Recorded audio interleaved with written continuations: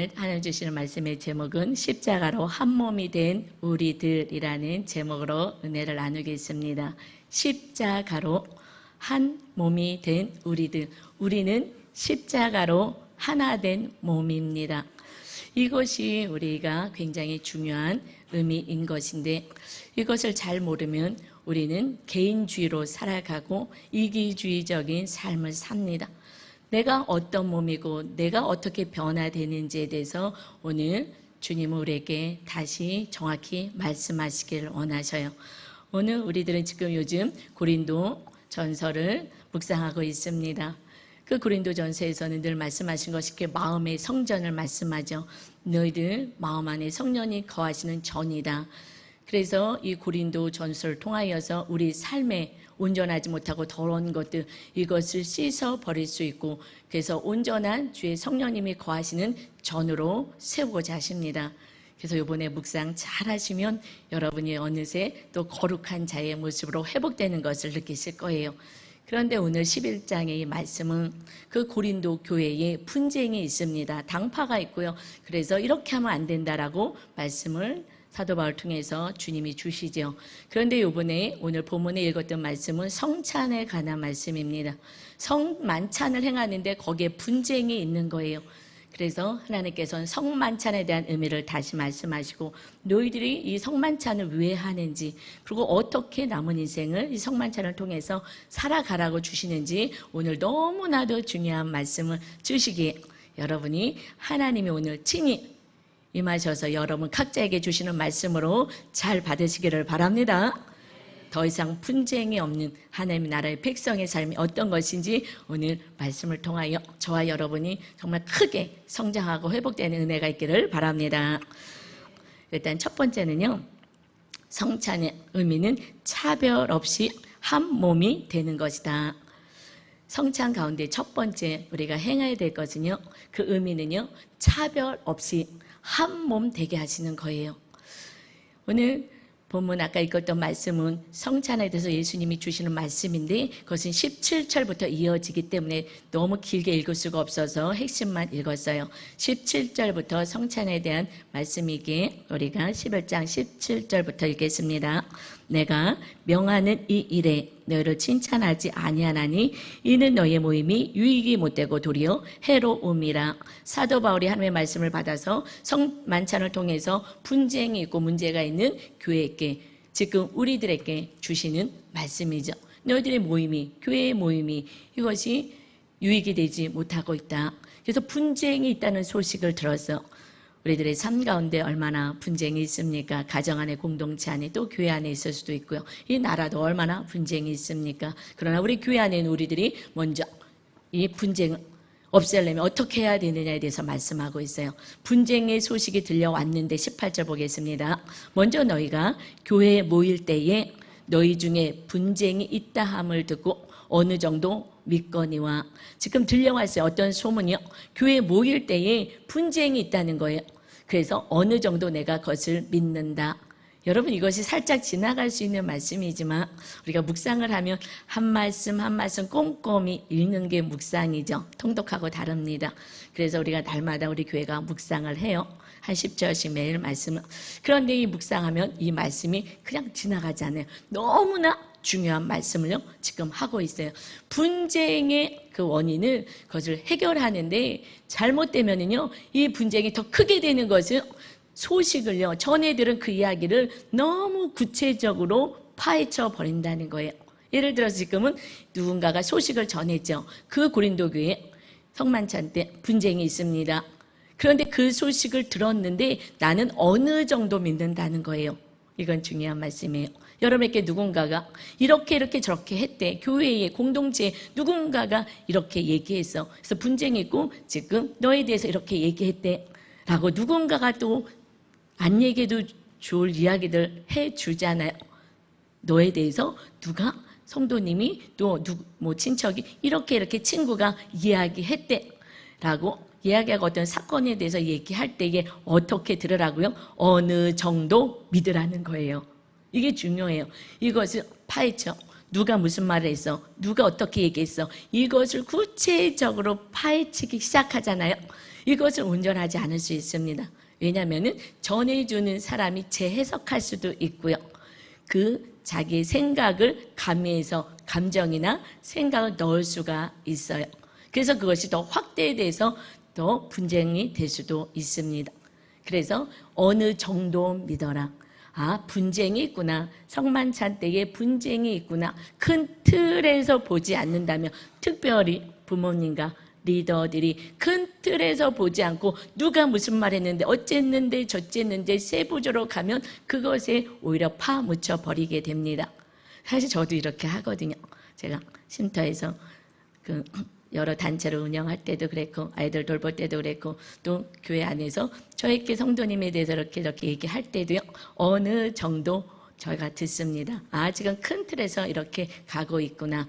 그렇지 않으면 내 감정과 내 생각이 들어가면 안 되는 거예요.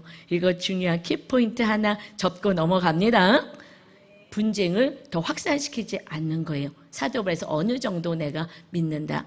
그런데 물론 이것이 나쁜 거라고만 할 수는 없겠지. 19절이요. 너희 중에 파당이 있어야 너희 중에 옳다 인정함을 받는 자들이 나타나게 되리라. 이렇게 분쟁이 있고 내가 옳고 그름에 대해서 이야기했을 때에 그때 성만찬에 지금 문제가 있습니다. 이것이 옳지 않은 것 같아요. 그러니 이것을 해결해 주세요 하고 얘기하신 분들이 있잖아요.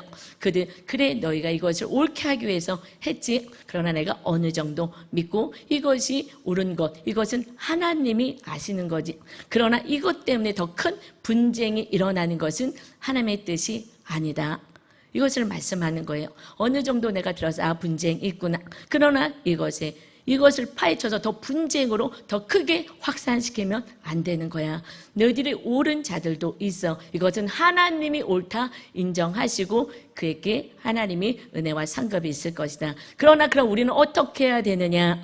20절이죠. 이어서 말씀하십니다. 그런즉 너희가 함께 모여서 주의 만찬을 먹을 수 없으니 주님이 거하시는 주님의 성만찬을 이제 이렇게 분쟁이 있다면 같이 모여서 식사도 할 수 없는 지경에 이르게 됐다는 거예요. 그래서 21절에 말씀하십니다.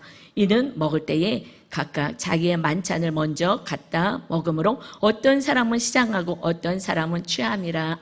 이것이 지금 우리가 하는 성만찬이랑 살짝 다르기 때문에 이해가 안 되셨죠. 우리는 지금 다 쪼개서 전에는 저희들이 이렇게 떡을 해갖고 이렇게 다 잘라서 했어요.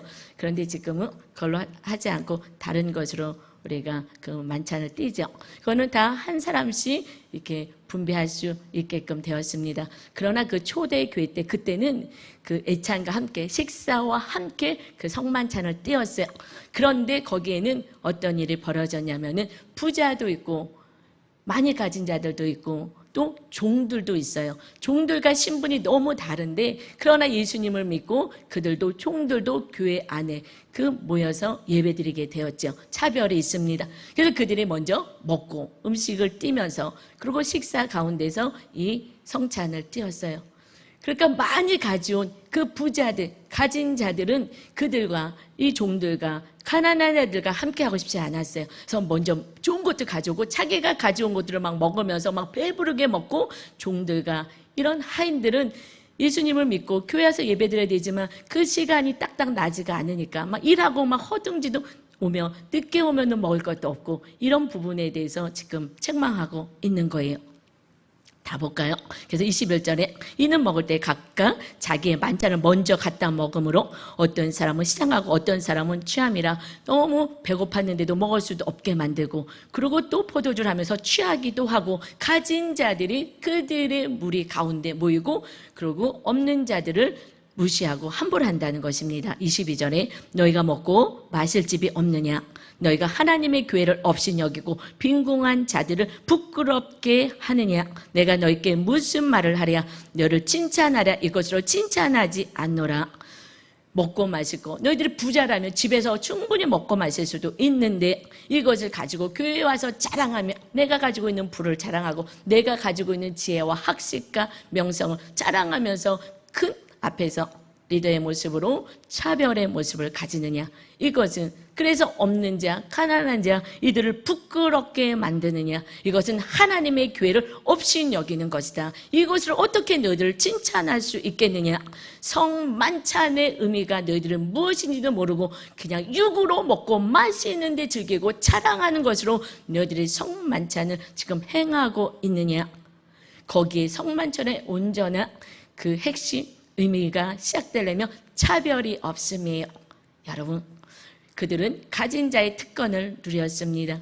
교회 안에서는 그러면 안 되지. 세상에는 부자가, 많이 가진 자가 그들이 심을 가시하고 없는 자들을 무시하는 경향이 있잖아요. 이거는 믿지 않는 세상에서 일어날 일을 이제 주님이 이 모든 차별을 철폐하였는데 이것이 교회 안에서도 이렇게 된다면 이것이 무슨 성만찬을 하는 것이냐? 여러분, 차별을요, 왕이신 우리 주님이, 왕이 되신 그 주님이 이 땅에 종으로 오셨어요. 배신할 제자들까지 무릎 꿇고 발을 씻겨주신 종의 모습으로 이 차별을 완전히 철폐하시고 다 하나님의 백성으로 세우셨습니다. 여러분, 신이신 창조주가, 심판주가 되시는 주님이 이 땅에 인간의 모습으로 오셨어요. 여러분, 이게 말이 되는 일이냐고요?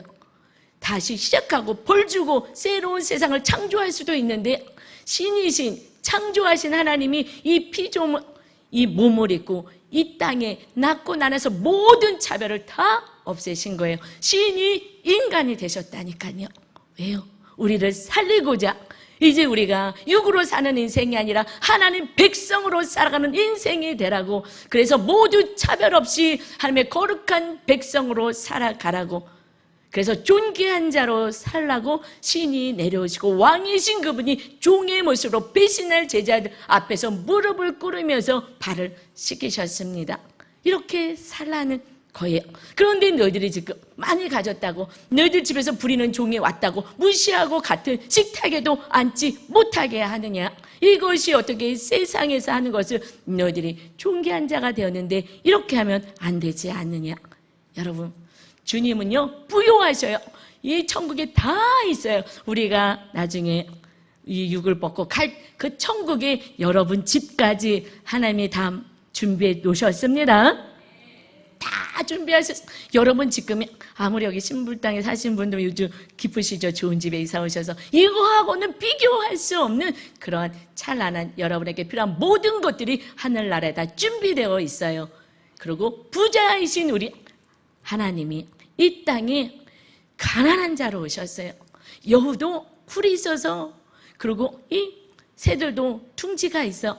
그런데 나는, 인자는 내 머리 둘 곳도 없다. 가장 부요하신 하나님이 이 땅에 가장 작은 자로 오셨어요. 이것은 부자가 자랑하지 말고 차별하지 말고 없는 자, 그들을 섬기며 내가 더 많이 가졌다며 같이 나누고 섬기는 인생을 사는 것이, 이것이 하나님 자녀들의 삶이라 말씀하십니다. 이것이 성찬을 떼려면 그 성찬은 그 떡 한 덩이를 가지고 띄는 거예요. 이것이 이제 하나가 된 거야. 우리는 주님 안에서 거룩한 백성으로 하나가 된 것이다. 여러분, 그런데 차별이 있게 되면 그때부터 분쟁이 있고 다툼이 있습니다. 그거는 가정에서도 마찬가지예요. 교회에서도, 공동체에서도 마찬가지죠. 여러분, 특별히 채소 단위가 부부니까 부부부터 얘기해 볼까요? 남편이 돈을 많이 벌어오면은요, 그냥 웬만한 거 다 용서가 돼요. 그런데 돈을 잘 벌어오지 못해. 그러면 화가 뻗쳐. 이것은 그래서 돈을 많이 벌어다 주면은 존중하고, 그렇지 않으면 무시하고, 거기서부터 가정의 다툼과 분쟁이 있죠. 자녀들도 사실 요즘 그렇습니다. 어떤 부모가 제일 좋아? 돈 많은 부모, 돈 많이 주는 부모가 제일 좋아요. 예, 이게 말세의 일이라 그랬어요. 돈을 사랑한다 그랬어요. 말세 때가 되면. 이 자녀도 마찬가지입니다. 부모가 많은 것을 물려주지 못하고 나에게 해준 것이 없으면 그 부모를 존경하지 않으려고 해요. 그러나 많은 것을 주면 그 부모를 좋아하고 사랑하고 존경하죠. 이것이 거기서부터 차별이 있습니다. 자녀들도 공부 잘하는 자녀는 그저 이뻐요. 그러나 공부 못하는 또 자녀가 있다면 이것을 차별하게 서로 시기하고 다투고 분쟁이 어디서부터 시작됩니까? 차별에서부터 시작됩니다. 여러분, 필요한 거는 주님이 다 갖고 계십니다. 지혜와 건강과 재물과 모든 것은 주님이 다 갖고 계시고, 이제 우리가 주님 안에서 한 몸이 되어서 서로 나누고 도와주며 섬기고 사는 것, 이것이 성찬의 의미의 첫 출발인 줄 믿습니다. 이것에부터 우리는 회개해야 되는 거예요. 여러분, 우리는 이제 영적인 신분의 변화가 생겼어요. 지금 여러분은 직장도 다 다르고 집도 다 다르고 학벌도 다 달라요. 세상 사람들은 그걸 가지고 평가를 하고 얘기를 합니다. 그러나 우리는 이제 우리 안에 주님이 거하시는 거룩한 성령의 전이 되었습니다. 우리는 존귀한 자요. 이것은 어마어마한 대가를 지불했습니다. 좋은 대학 가려고 유학 갔다 오고 어마어마한 돈을 투자했습니까? 우리가 하나님 앞에서 백성이 된 것은, 하나님의 자녀가 된 것은 어마어마하신 하나님의 그 아들 독생자 예수 그리스도의 생명을 주고 우리를 건져서 하나님의 자녀가 된 줄 믿습니다. 여러분 보기에는 가진 게 없습니까? 장애가 있습니까? 우습게 보입니까? 그러나 그 안에 예수 그리스도의 생명이 흐르고 있는 것입니다. 차별하지 말아라. 너희들이 왜 육으로 보느냐? 영으로 봐야지. 그 안에 그들의 모습이 어떠하든지 내가 생명으로 그와 함께 하느니라. 여러분, 지금 우리가 가진 게 많든 없든 상관없이 똑같이 주님의 생명이 우리 안에 주의 성령님이 임하셔서 우리가 주님의 몸으로 회복된 줄 믿습니다. 자존감 낮아져 있지 마십시오. 학벌이 없으면 어떻습니까? 주님이 너는 존귀한 나의 자녀다. 내가 너의 인생을 책임지노라. 주님을 의지하고 기도하여서 존귀한 자, 여러분 영적인 권세 있는 자로 살아가시길 주님의 이름으로 축원합니다. 그런데 우리가 무엇이라고 그 이웃의 그 육신의 모습을 보면서, 가진 것을 보면서 함부로 정죄하겠습니까? 이 성찬의 의미조차도 파악하지 못하고 그 안에서 그들이 먹을 것도 없게 성찬 하나 참여할 수도 없겠고 그렇게 무시하느냐 말씀하고 있는 거예요. 이 성만찬은요, 주님이 하라고, 이것은 반드시 행해라고 하신 의식입니다. 왜 행하라고 했을까요? 한번 보겠습니다. 두 번째, 주님은 십자가로 한 몸이 되게 하셨습니다. 아멘. 한 몸이 되게 하는 거, 이게 참 중요해요. 오늘은 한 몸이 키워드입니다. 주님이 이제 십자가에 달려 돌아가시기 그 마지막 그 밤에 제자들하고 성만찬을 띠면서 이렇게 말씀하셔요. 늘 주님과 함께 같이 식사를 나눴습니다. 그런데 마지막 그 식사 자리는요, 다르게 말씀을 하시는 거예요. 이것은 영적인 의미 있는 말씀을 주셨습니다. 고린도전서 오늘 본문 읽었던 11장 23절입니다. 같이 읽어봅시다. 내가 너에게 전한 것은 주께 받은 것이니 곧 주 예수께서 잡히시던 밤에 떡을 가지사, 예수님이 잡히셔서 십자가에 달려 돌아가시 그 전에 밤에 무엇했다고요? 떡을 늘 먹던, 이 빵을 나누고 먹던 그 음식을 가지고 다르게 말씀하십니다. 24절이요. 하나님께 기도하고 축사하시고 떼어 이르실 때 이것은 너희를 위하는 내 몸이니 이것을 행하여 나를 기념하라 하시고, 이 떡을 떼면서 옛날에는 맛있게 먹어라 그러고 주셨는데 이 떡을 다시 붙잡고서는 이제는 오늘 십자가에 달려서 돌아가신, 이제 잡히신 그 마지막 그 순간에 그 떡에 대해서 다시 의미를 부여하시는데, 이것은 내 몸이다. 이것을 기념해라. 이제 이 떡은 육으로만 사는 이 음식은 먹는 인생이 아니라 이제 내 몸을 입고 내 몸이 되어서 주님의 몸이 되어서 우리가 주님의 뜻을 이루고 사는 거야. 이제 음식을 먹을 때마다 너희들은 육으로 사는 자가 아니라 영으로 사는 자, 하나님의 뜻에 대하여 사는 자로 너희들의 몸이 바뀌어졌음을 기억하라는 것이 성찬의 의미인 거예요. 25절입니다. 식후에 또한 그와 같이 잔을 가지시고 이르시되 이 잔은 내 피로 세운 새 언약이니 이것을 향하여 마실 때마다 나를 기념하라 하시고, 전에 먹던 그 포도주가 이제 뭐라고요? 새 언약이야. 주님이 흘리신 피다 말씀하셔요. 새 언약이란 건 하나님의 백성이 되었다는 거예요. 이제 하나님의 백성 예수 그리스도를 통하여서 죄값을 치르고 나서는 이제 너희들의 몸은 달라진다. 너희들의 몸은 주의 몸이 아니라 주의 성령님이 계신 주님의 영이신 성령님이 계시는 전으로 몸으로 바뀌어질 것이다. 그러기 때문에 26절 너희가 이 떡을 먹으며 이 잔을 마실 때마다 주의 죽으심을 그가 오실 때까지 전하는 것이니라. 주님이 오실 때까지 이 몸은 내 몸이 아닙니다. 주님의 뜻을 이루 하나님의 거룩한 몸이 되었습니다. 이것을 날마다 고백하며 그 만찬을 띠라는 거예요. 여러분 그때는 모일 때마다 이 만찬을 띄었죠. 그리고 초대교회 때는 주일날 그때 만찬을 띄었습니다. 이 애찬과 함께 그리고 성찬식을 행했죠. 그런데 이 육으로만 가는 거예요. 육으로만 갖고 먹고 마시는 것만 또 시작하는 것입니다. 이 성찬을 뜨는 의미는 뭐라고요? 전에 떼어줬던 이 음식 먹고 육으로 살았다면 이제 예수님을 믿는 거룩한 백성들 죄의 사함을 받고 십자가의 보혈로 몸 찢기셔서 우리에게 구원을 주신 그 자녀들의 삶은 내 몸이 내 것이 아니라 주님의 몸으로 사는 것이다. 이것을 잊어버린 날마다 성찬을 띠면서 내 몸이 내 것이 아닙니다 라는 것을 고백하며 하나님의 거하시는 거룩한 전임을 고백하며 살라는 것입니다. 그런데 그 초대교회에 모였을 때 차별을 가지며 그냥 먹고 마시는 것으로만 가는 거예요. 이것이 육으로 사는 인생이 우리는 이제 끝났고 영으로 사는 인생으로 변화되어 우리 몸이 그리스도의 몸으로 변화된 줄 믿습니다. 영적인 말씀이라 여러분 주의 성령님의 은혜가 있기를 바랍니다. 고린도전서 10장 17절에 그래서 이렇게 말씀하셔요. 떡이 하나요 많은 우리가 한 몸이니 이는 우리가 다 한 떡에 참여함이라. 여기서 자꾸 하나라는 의미를 많이 말씀하셔요. 그때 그 떡 하나를 가지고 띄어줬거든요. 띄어서 먹습니다.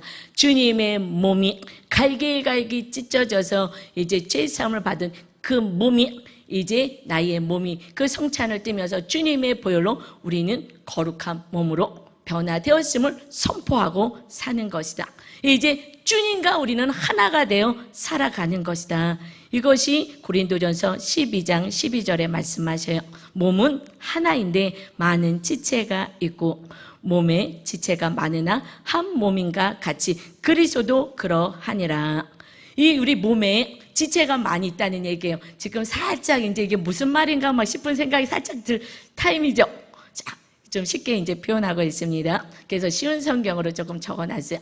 이제 이 몸이 하나인데 여러분 눈도 있고 귀도 있고 코도 있고 입도 있고 보이지 않는 내 몸에 장기도 있고 손톱 발톱도 있고 이런 것이 다 이제 모두가 그리스도의 영으로 성령으로 충만한 자가 된 여러분은 이제 동일한 성령님이 임하신 여러분은 이제 그리스도가 한 몸이 되어서 우리는 하나의 지체로 살아가는 거야. 눈으로 코로 입으로 하듯이 그리스도 안에서 하나로 우리는 살아가는 것을 말씀하고 있습니다.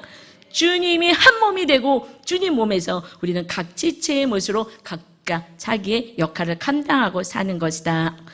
그래서 12절에 말씀하는 것이 몸이 하나인데 많은 지체가 있고 몸의 지체가 많으나 한 몸인가 같이 그리스도도 그러하니라. 이제 너희는 13절 우리가 유대인이나 헬라인이나 종이나 자유인이나 다 한 성령으로 침례를 받아 한 몸이 되었고 또 다 한 성령으로 마시게 하셨느니라. 성령님 한 성령으로 저에게도 여러분에게도 임하셨습니다. 그래서 우리는 하나예요. 여러분 사실 분쟁이 왜 있습니까? 내 생각을 내려놓지 않는 거죠. 이제 우리는 하나님의 말씀대로 성령의 뜻을 따라 사는 자인데 그런데 우리는 누군가가 고집을 부리고 있는 거예요. 기도해서 그러면 이 성령님께서 성령님의 뜻을 똑같이 교회 안에 가정 안에 공동체 안에 줄 것인데 누군가가 고집을 부리고 교만하고 탐심이 있든 그래서 자기 생각을 내려놓지 않았기에 분쟁이 있고 싸움이 있는 것입니다. 이제 성령님이 우리 안에 계시게 우리는 기도함으로 성령 충만할 때에 하나가 되는 은혜가 있는 줄을 믿습니다. 성령 충만할 때마다 할 때 그때 우리가 하나가 되는 거고요. 한 몸이 되고요. 그곳이 천국이 임하게 됩니다. 그래서 성령 충만하라고 말씀하고 있어요. 성령님이 충만하다는 것은 하나님의 말씀이 우리를 완전히 장악하고 다스리는 상태가 성령 충만해요. 내 생각 내려놓는 상태인 것입니다. 이것에 대해서 영적인 말씀이라 조금 어려울까 봐 그래서 쉬운 성경으로 조금 쉽게 다시 기록했습니다. 사도 바울이 주님 성령님의 음성을 따라서 이렇게 쉽게 예를 들었습니다. 그래서 우리 이제 잘 이해할 수 있어요. 16절 볼까요? 같이 읽어봅시다. 귀가 나는 눈이 아니므로 몸의 일부가 아니다 라고 말한다고 해서 몸의 일부분이 아니라고 하겠습니까? 예를 들어서 귀가 나는 이 몸에 아니야, 난 붙어있고 싶지 않아. 그렇다고 이것이 그 몸에 떨어져 있습니까? 이것은 17절 온몸이 눈이라면 어떻게 듣겠습니까? 온몸이 귀라면 어떻게 냄새를 맡겠습니까? 이거는 내가 지금 잘한다는 것처럼 자랑하는 거야. 나는 이것을 잘하고 나는 이렇게 가진 것도 있고 그래 나는 누군가의 도움이 필요 없어. 나는 혼자 충분히 잘 살고 잘 먹고 잘 살 수 있어. 이건 우리 모두가 하나의 지체인데 그래 네가 아무리 잘났어도 귀만 있다면 어떻게 보겠느냐? 어떻게 먹겠느냐? 네가 아무리 잘났어도 네가 주님의 몸으로서 각 지체가 하나가 돼야 몸이 되는 것이다. 그래서요 말씀해요. 18절 같이 읽어봅시다. 그러나 사실 하나님께서는 그분이 원하시는 대로 몸 안에 각각 다른 기능을 하는 여러 지체를 두셨습니다. 아멘. 하나님이요 원하시는 대로 각각 다른 모습인 거예요. 여기 다 앉아 계시는데 얼굴도 다 다르고요. 성격도 다 다르고요. 또 은사도 또 달란트도 다 달라요. 그것은 거기에 맞게끔 하나님이 주셨습니다. 하나님이 원하시는 대로 주셨기에 내가 많은 것을 가졌다고 이것이 내가 자랑이 되어서는 안 된다는 거예요. 그렇다면 우리는 서로 더불어서 더 귀한 거 우리 몸에 무엇이 가장 귀합니까? 여러분 몸에서 어떤 것이 가장 귀하다고 생각하십니까? 한번 얘기해 보세요. 왜? 눈이 제일 중요합니까? 발이 제일 중요합니까? 입이 제일 중요합니까? 손이 중요합니까? 예, 우리 보이지 않는 많은 그러한 내 몸 안에 창기들도 있는데 우리가 그것을 가지고 얘기하면 안 되지. 다 하나님이 원하신 대로 알아서 주님의 몸을 이루게 한 것이다. 내가 잘하면 잘한 대로, 내가 조금 부족하면 부족한 대로 그것 안에 주님의 몸을 이루어 가는 것입니다. 19절이요. 모든 것이 하나님의 지체뿐이라면 몸은 어디 있겠습니까? 서로가 하나가 되지 않아서 나는 팔이야. 나는 내 팔로 얼마나 뭘 하는데 다리가 얼마나 하는데 내가 코로 냄새 맡잖아. 내가 숨을 쉬잖아. 입이 없으면 어떡하게. 다 자기만 자랑하고 뿔뿔이 잘난 척한다는 이 몸은 어디에 있습니까? 몸에다 붙어있는 거 아니겠습니까? 아멘. 주님 안에 우리가 다 있는 것인데 내가 요만큼 잘한다고 이것이 대단한 것처럼 이렇게 해서 가지지 못한 자들을 업신여기는 거 이러면 안 된다 말씀하시는 거죠. 20절입니다. 그러나 지금 그런 것처럼 지체는 많아도 몸은 하나입니다. 아멘. 여러분 이것이 유니티가 되지 않는다면 여러분 가정 안에서도 하나가 될 수가 없는 거예요. 주님의 몸으로서 같이 살아가야 되는데 그렇지 않으면 내가 잘났다고 날마다 싸움과 분쟁이 있게 되는 거예요. 우리는 이 몸으로 다 주님의 몸 안에 붙어 있습니다. 그런데 여러분 우리가 이 몸이 주님의 몸이다 말씀하시는데 그런데 이 몸이 어떻게 표현하냐면 주님이 십자가에 달려 돌아가시면서 유대교가 아니라 이제 주님을 믿는 기독교가 세워지는 거예요. 그래서 교회를 세우셨습니다. 교회가 뭐냐면 주님의 몸이다 말씀하세요. 이 교회가 여러분 각자가 모여서 이 교회가 온전한 모습으로 하나님의 뜻을 이루는 교회가 될 때에 그럴 때에 이 교회를 통하여서 하나님의 영광을 받으십니다. 볼까요? 에베소서 1장 23절입니다. 교회는 그의 몸이니 만물 안에서 만물을 충만하게 하시는 이의 충만함이니라. 어디 와서 충만한 은혜를 누립니까? 이것은 교회에 왔을 때에 교회가 무엇이라고요? 주님의 몸인 거예요. 그런데 지금은 교회를 회파하죠. 분쟁이 제일 많은 것이 교회입니다. 왜요? 내가 내려가지 않으니까. 내가 섬기려고 하지 않고 내가 더 알아달라고 하기 때문에 그 초대교회 때 고린도 교회에서 분쟁이 있었던 것처럼 그래서 우리가 내려가지 않는다면, 권리를 포기하지 않는다면 날마다 분쟁이 있죠. 이 교회는 오직 하나님의 뜻만을 이루고 우리가 더 많이 가진 자, 높아진 자가 내려와야지만, 그래야지 온전한 사랑의 공동체가 이루어집니다. 아멘. 이것을 말씀하는 거예요. 성찬을 통해서 한 덩이 떡을 띠면서 너희들이 주님이 거하시는 전이 되었지. 이제는 내가 잘났다고 자랑하고 사는 인생이 아니라 연약한 자를 도우면서 살아가는 새로운 공동체로 살아가야 된다. 그것이 건강한 교회인 것이에요. 교회 안에 왔을 때에 만물을 충만케 하시는 이 충만함이 교회를부터 나옵니다. 여러분, 집에서 기도하고 집에서 성경 보고 이것도 훌륭하셔요. 그러나 교회에 더 나와서 기도하고 예배 드릴 때에 여러분의 더욱더 충만한 하나님의 은혜가, 주님의 몸 안에서 충만한 은혜가 퍼져간다고 말씀하고 있습니다. 여러분의 각자 손이든 팔이든 발톱이든 모양 그대로 다 모여서 주님의 몸을 이루는 거예요. 나는 시간이 없어요. 나는 부족해요. 예, 부족하면 부족한 대로 발가락에 작은 그런 발톱 이래도 다 필요한 것처럼 모두가 모여야지 건강한 교회로 세워집니다. 그래서 여러분이 교회 안에 소속되어서 공동체 안에 서로 연약한 자를 섬기며 살아가는 것, 이것이 건강한 교회인 것이고 주님의 몸을 바로 세워가고 이 세상 가운데 교회를 통해서 주님이 살아계신 것을 증거하는 것입니다. 그럼 이제 교회 안에서 공동체 안에서 어떻게 살아가라 말씀하시냐면요, 21절입니다. 고린도전서 12장 21절 같이 읽어봅시다. 손이 손에게, 눈이 손에게 너는 내게 필요 없어 라고 할 수 없으며 머리가 발에게 너는 내게 쓸데없어 라고 말할 수 없습니다. 우리는 주님의 몸이 되었는데 너 필요 없어, 너 없어도 잘 살 수 있어. 여러분, 우리는 잘 살 수가 없어요. 같이 서로 공동체로 살아갈 때 온전하게 되는 것입니다. 너 필요 없어, 나 잘 살 수 있어 라고 이제는 넌 이렇게 말할 그러한 인생이 아니다. 우리 안에 누가 계셔요? 주님이 계시기 때문에 주님의 몸의 기능을 감당해야 하는 것입니다. 22절이요. 이와는 반대로 몸에서 더 약해 보이는 부분이 오히려 요긴하며 몸에서 고귀하지 못하다고 생각하는 지체를 우리는 더욱 고귀하게 대하고 볼품 없는 부분들을 더 품위 있게 꾸밉니다. 이게 무슨 말씀이냐면요, 여러분 몸은 하나이죠. 예. 그런데 우리는 교회와 그리스도의 몸에까지 영적인 것까지 나가지 못하고 있는 거죠. 이렇게 표현하시는 거예요. 이 몸에 여러분이 얼굴에 상처가 어디 났어요. 그러면 그 상처 그냥 다니지 않고 그 상처난 부위는 조금 더 이렇게 이쁘게 이렇게 더 다듬잖아요. 뭘 바르든지 더 이쁘게 해요.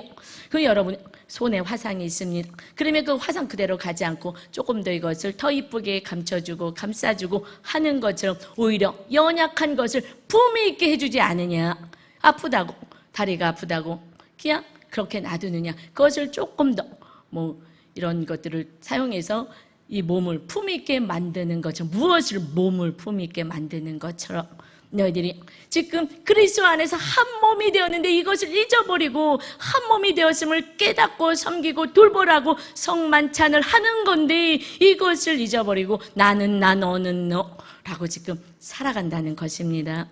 여러분, 연약한 자를 오히려 더 고귀하게 품위 있게 너희들이 몸도 갖고 가는데 이제 주님의 몸이 되는 교회를, 여러분의 삶이, 여러분의 하나하나 지체를 서로 돌보고 섬기고 중보하며 아끼는 것이 마땅하지 않겠느냐.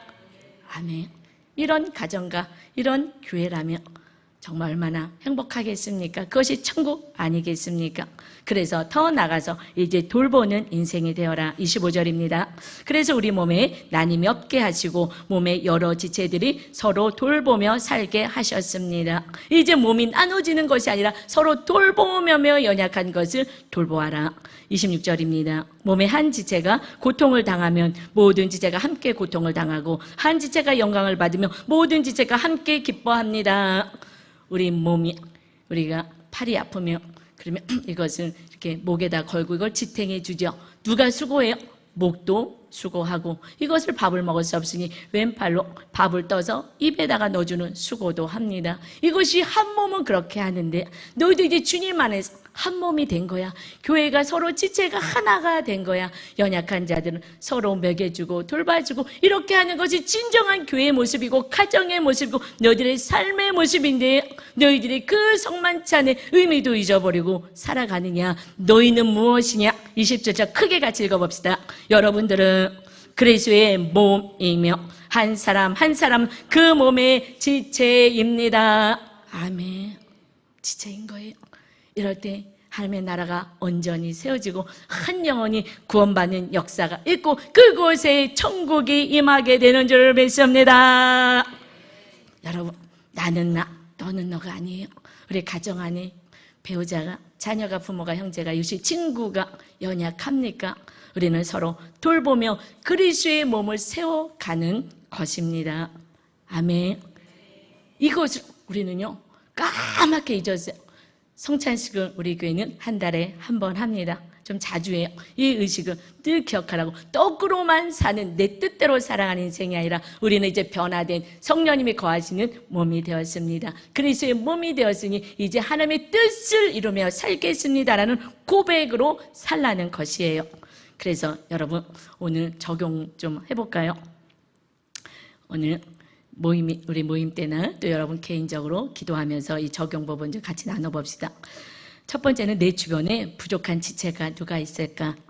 불편한 지체가 누구입니까? 그를 돌보고자 내가 오늘 할 수 있는 적용까지 가야 되잖아요. 적용이 무엇입니까? 또 나는 그리스도의 몸인 교회를 사랑합니까? 이것에 대해서 우리가 같이 한번 나누면서 성만찬의 의미를 다시 한번 되새겼으면 좋겠습니다. 여러분, 이 하나님의 십자가로 하나 된 우리가 이 성만찬을 온전히 분쟁 없이 하려면 무엇을 해야 되는지 성령님께서는 이렇게 말씀하세요. 그런데 이 말씀이 정말 핵심의 말씀을 주십니다. 지금 성만찬 분쟁에 대해서 성만찬 의미에 대해서 쭉 말씀하시고 마지막에 3번입니다. 기다림으로 주님과 한 몸이 됩니다. 고린도전서 11장 33절 맨 마지막 절 나가고 있어요. 그런즉 내 형제들아 먹으러 모일 때에 서로 기다리라. 분쟁이 있어요. 지금 성만찬에 분쟁이 있습니다. 그런데 그것의 해답은 무엇이라고요? 의미는 이제 다 깨달았고요. 이제 뭐 하라고요? 서로 기다리라는 거예요. 기다려. 그냥 먹고 싶어도 좀 참아. 그 육으로만 살려 그러지 말고 그 영혼을 생각하며 사랑하며 섬기면서 가야지. 그저 배 채우겠다고 육으로만 살려고 또 그러느냐? 그리고 존중하며 사랑하며 용서하며 사는 것이야. 기다려라, 기다려라. 여러분 34절 볼까요? 마지막 절입니다. 만일 누구든지 시장하거든 집에서 먹을지니 이는 너희의 몸이 판단받는 몸이 되지 않게 하려 함이라. 그 밖의 일들은 내가 언제든지 갈 때 바로 잡으리라. 다른 것은 내가 나중에 얘기할 거야. 이게 너무 중요한 거니까 내가 지금 이야기한다. 무엇하라고요? 먹고 마시는 거 집에서 충분히 할 수 있는데 그 교회까지 와서 육신적인 것 일에 도모하느냐라고 말씀하셔요. 무엇하라고요? 배려하며 그들이 올 때까지 그들과 같은 상에서 먹고 싶지 않고 내가 그들과 사이좋게 지내고 싶지 않고 용서하고 싶지 않고 사랑하고 싶지 않고 그들과 같이 있으면 내 수준이 떨어지는 것만 같아서 그들과 함께 있고 싶지 않은 그 자리에 차별 없이 주님이 우리를 살리러 오신 것처럼 서로 기다리며 하나 되어라. 그래서 성만찬의 떡을 한 덩어리로 띄는 것이다 말씀하십니다. 여러분, 결국 하나님의 뜻이 무엇입니까? 요한복음 13장에 보면 성만찬 할 때에 그 말씀을 주셔요. 중요하니까 한번 읽어봅시다. 13장에 보면요, 이 마지막 최후의 주 요한복음 13장에 이때 주님이 하시는 이 놀라운 이 성만찬의 의미에 대해서 영적으로 쫙 간단하게 설명하고 있습니다. 13장 1절 다시 보겠습니다. 6월절 전에 예수께서 자기가 세상을 떠나 아버지께로 돌아갔을 때가 이른 줄 아시고 세상에 있는 자기 사람들을 사랑하실 때 끝까지 사랑하시니라. 이제 십자가 달려 돌아가시는 그 13장의 그 마지막 성찬 때에 끝까지 사랑한다, 자녀들을 사랑한다 말씀하셔요. 끝까지 사랑할 건데 여러분, 끝까지 사랑하려 그러면 그때 누가 등장하냐면 마귀가 등장합니다. 사랑하지 못하게 만들어요. 1절이었죠. 2절 볼까요? 마귀가 벌써 시몬의 아들 가룟 유다의 마음에 예수를 팔려는 생각을 넣었더라. 우리는 사랑의 그래 내 몸으로 이제 주님의 뜻을 이루고 살 거야 라고 하면 주님이 끝까지 사랑하겠다 그랬더니 마귀가 사랑하지 못하고 예수님을 팔고 배반하게 만들고 상처를 주게 한다는 거예요. 용서할 수 없게끔 만들어요. 그런데 주님이 어떻게 하셨냐면요, 이렇게 배신하고 용서할 수 없는 그 사람들을 어떻게 했냐면요, 그때 마귀가 지금 역사하는 거예요. 배신하게 하고 화나게 하고 싸우게 하고 분쟁하게 하고 이렇게 하는 상처 주는 그 마귀가 역사한다 하더라도 그 제자를 어떻게 해요? 종의 모습으로 더 낮아져서 무릎을 꿇고 그들의 발을 씻겨 주셨습니다. 이것이 13장 12절쯤에 나와요. 씻겨주시고 나서 주님이 말씀해요. 이제 십자가 지는 인생, 나를 통하여서 너희들의 새 생명을 얻은 것처럼 너희도 십자가 지는 인생을 사는 거야. 이제 새 계명을 주겠다 하시고 십자가에 달려 돌아가시고 부활하신 거예요. 새 계명이 무엇입니까? 성찬을 띠는 마지막에 온전히 우리가 이루어야 될 것은요, 13장 34절입니다. 읽겠습니다. 새 계명을 너희에게 주노니 서로 사랑하라. 내가 너희를 사랑한 것 같이 너희도 서로 사랑하라. 주님이 우리를 사랑하신 것처럼 생명을 주는 용서와 사랑이 있으며 마귀는 떠나가게 되고 그곳에 천국과 온전한 회복이 있게 되고 구원의 역사가 있는 거야. 35절이요. 너희가 서로 사랑하면 이로써 모든 사람이 너희가 내 제자인 줄 알리라. 아멘. 성찬의 의미는 이제 예수님을 통하여 육으로 사는 자가 아니라 밥만 먹고 사는 자가 아니라 성령님 임하셔서 하나님의 말씀을 먹고 계명대로 사는 자인데 어떻게 해요? 차별 없이 끝까지 용서하고 서로 사랑하여서 마침내 구원에 이르게 하는 이 사명을, 이것이 너희가 지어야 될 십자가이다. 이것을 통해서 구원의 역사가 이루어집니다. 여러분, 이제 성만찬을 띠면서 우리는 어떻게 살기로 다짐한다고요? 난 끝까지 용서하고 사랑해서 그 영혼을 구원할 거야. 이것을 주님이 오실 때까지 그렇게 하다가 나를 만나는 것이다 말씀하십니다. 마귀는 그렇게 못하게 한다고 했어요. 어떻게 해요? 더 낮아지라고 말씀하십니다. 어떻게 해요? 기도해야지만 낮아질 수가 있습니다.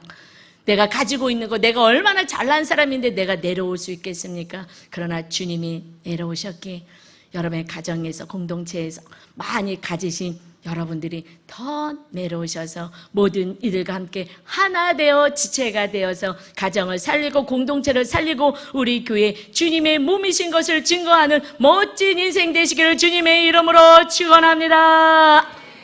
우리 찬양 들으며 결단합시다. 주님의 마음이 있는 곳에 우리의 마음도 있고 주님의 뜻을 행하며 살겠습니다.